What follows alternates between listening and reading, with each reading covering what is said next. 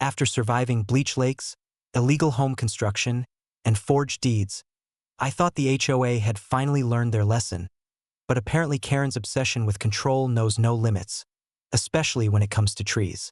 My ranch has a few dozen massive oaks, maples, and pines, some of which have been standing for decades, casting shade across my property and keeping the pasture cool for the cattle.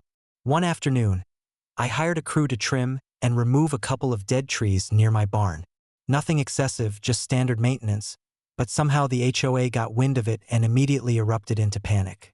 Karen called me on speakerphone, shrieking that cutting trees without HOA approval is a violation of community landscaping codes.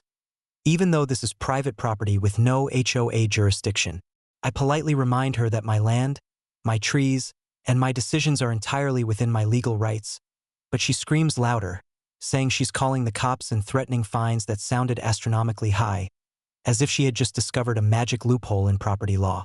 I hang up, laughing quietly, and start drafting my response. Within an hour, a patrol car shows up because Karen indeed called 911, reporting illegal deforestation and vandalism.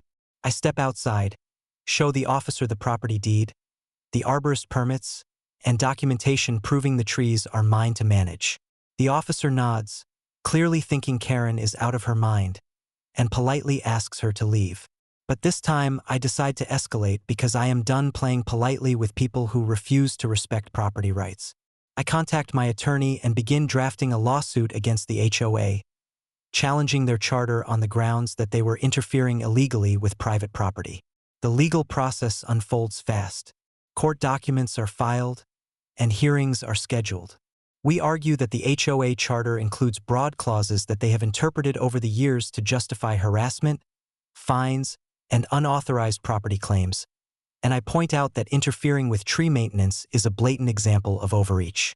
The judge reviews the case, and after careful consideration of the deeds, prior communications, and the history of Karen's actions, the court rules that the HOA's charter is invalid in its current form, citing repeated violations of state property laws and misuse of authority. The charter is revoked, leaving the HOA legally powerless. Karen screams, threatens to sue, and organizes frantic board meetings, but none of their complaints stick. The neighborhood watches in stunned silence as their powerful HOA collapses into a shell of its former self, unable to fine, intimidate, or trespass on private property. I take the opportunity to not only trim my trees as needed, but to plant new oaks and maples, expanding the forested area on my land while reinforcing the legal boundaries.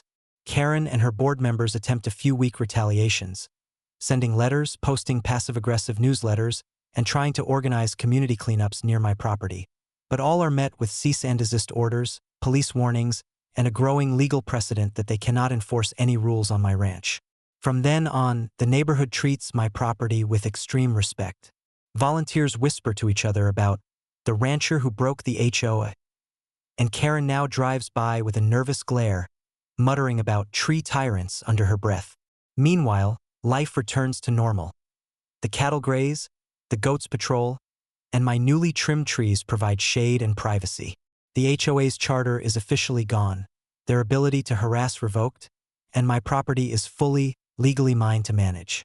Every time Karen opens her mouth to complain now, I simply point out the court decision and smile, knowing that for once, justice and property law have completely obliterated the HOA's nonsense. I sit on my porch in the evening, listening to the rustle of leaves in the breeze, the gentle clopping of cows, and the distant sounds of a frustrated HOA president muttering into a phone, realizing that sometimes, the only way to win is to wield the law like a sword, and when it hits hard.